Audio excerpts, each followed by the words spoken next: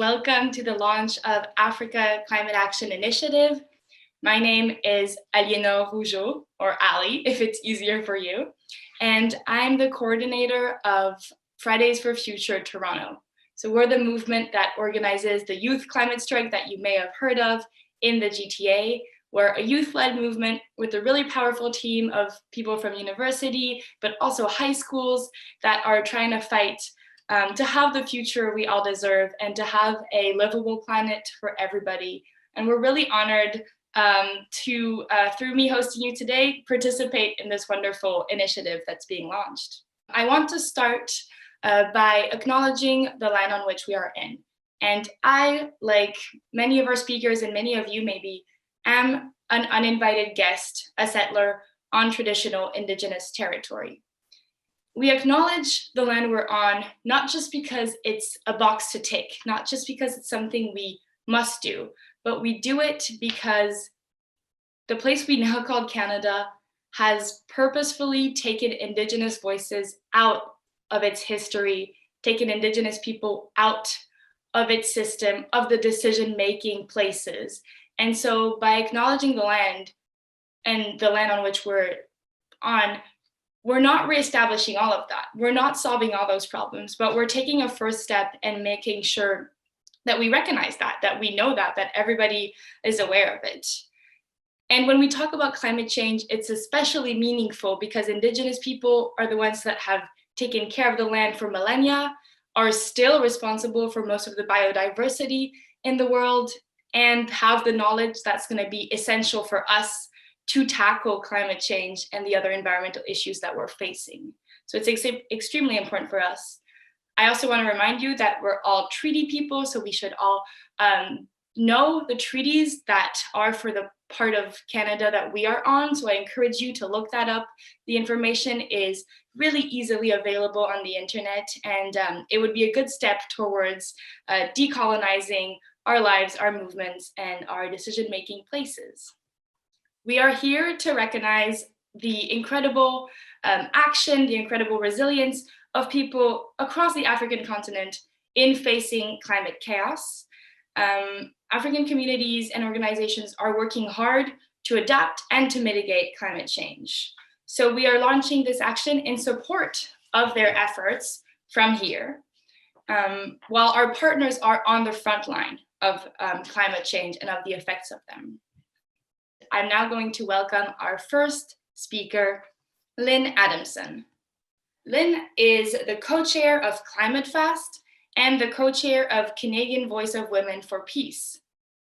She has been a long life advocate for peace and environmental justice. And as me being part of the Fridays for Future movement, I can tell you she's been a big supporter of youth empowerment and youth activism as well. She is a Quaker, a mother, and a grandmother.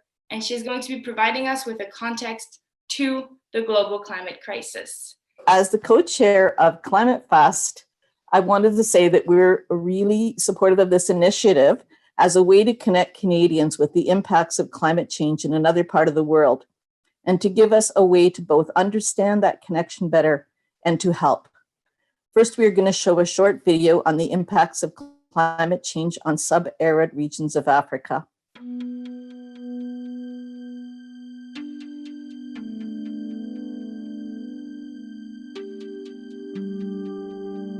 At Paris in 2015, governments committed to keeping human-made global warming below 2 degrees, ideally limiting it to 1.5. Climate model forecasts suggest that without rapid cuts in greenhouse gas emissions, we will pass the 1.5 degree mark as early as 2030. ACAI set out to examine the impacts of different levels of global warming on the semi-arid areas of 6 countries in Africa, where people and the environment are already sensitive to heat and drought. We found that average local temperatures in these countries are expected to increase much more than the global mean, and progressively faster at each level of global warming. Heat waves and extremely hot days will also become much more common. Some areas will get less annual rainfall, others more. But across all areas, rainfall will be more erratic, with longer dry spells, and more intense rainfall on days when it does rain. For example, The semi-arid areas of Kenya are not only expected to get more rain, but to have rainfall that is 25% more intense at 1.5 degrees and 34% more intense at 2 degrees. Flooding is likely to worsen, with flood-related losses and damages predicted to be 20 to 40% greater at 1.5 degrees. Increased flood frequencies in recent years suggests these changes are already happening, with the floods of 2012, 2013, and 2018 being particularly extreme. Water stress will increase across most semi-arid areas. Higher temperatures and longer dry spells will mean more intense droughts, and water levels in rivers, inland deltas, dams, and groundwater are likely to drop. For communities in semi-arid Ghana, where groundwater is vital, predicted decreases in this resource of 17% by 1.5 degrees of global warming and 25% by 2 degrees could have dire consequences.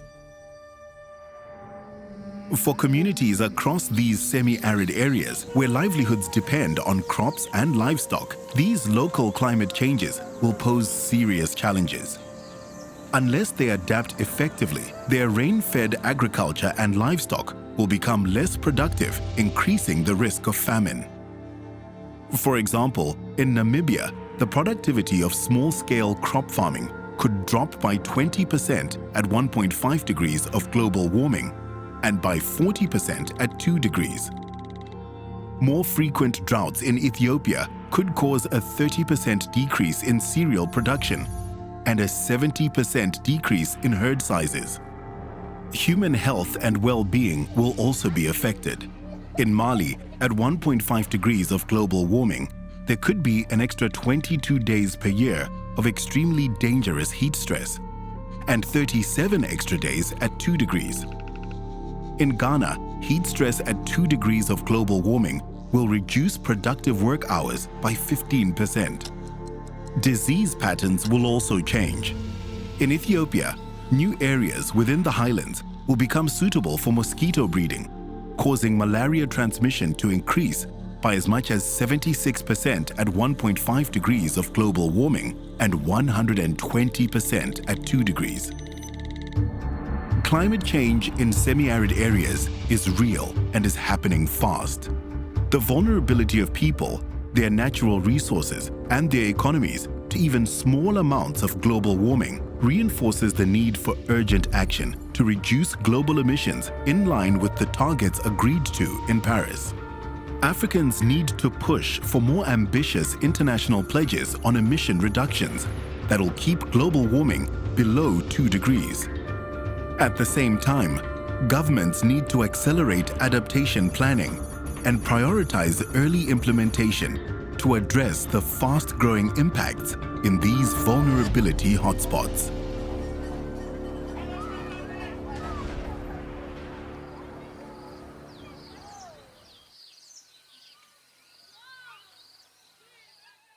What we're going to look at now for a moment is what is Canada's role in creating these emissions.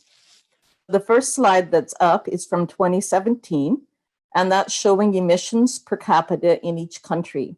You can see that Canada is like red, as all of North America is, which means that it's high emissions per capita, very high emissions per capita, and 15 tons and up. You can see that the African countries' emissions are barely visible.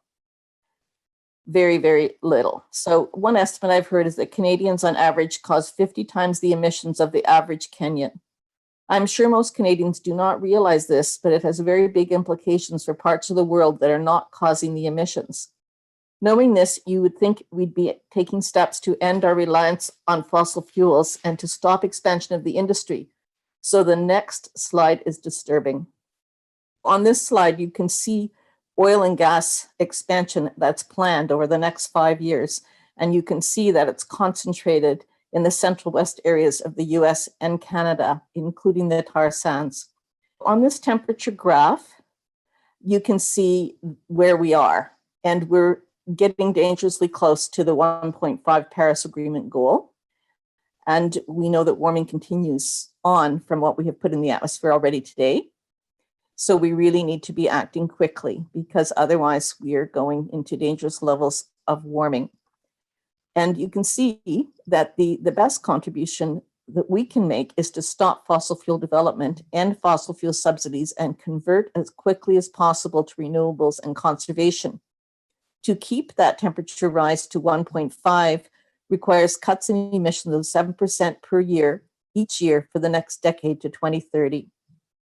If we fail to stop temperature rise, desertification across the subarid regions will get much worse by 2040, causing extreme food shortages, water stress, and mass migration. We can't let it get this bad. So what kind of climate action can the wealthy countries come up with? Wealthy countries have made a long-standing promise to raise $100 billion per year in climate finance starting in 2020. Canada shares $4 billion per year. We have yet to learn if these funds are going to be forthcoming at this time of COVID, but they're urgently needed to help countries skip fossil fuel dependence, going directly to renewables, and to help countries adapt to the climate change that is already taking place. In addition to government assistance, it is really important for grassroots connections to be there, from communities in Canada to communities in Africa. This is what we are building in this partnership with Africa Climate Action Initiative as part of Canada-Africa Partnership. Those numbers, that video, they always scare me a little bit. What gives me hope is what's coming next, which are the variety of solutions we're going to bring to you and ways you can help, and ways others are already helping.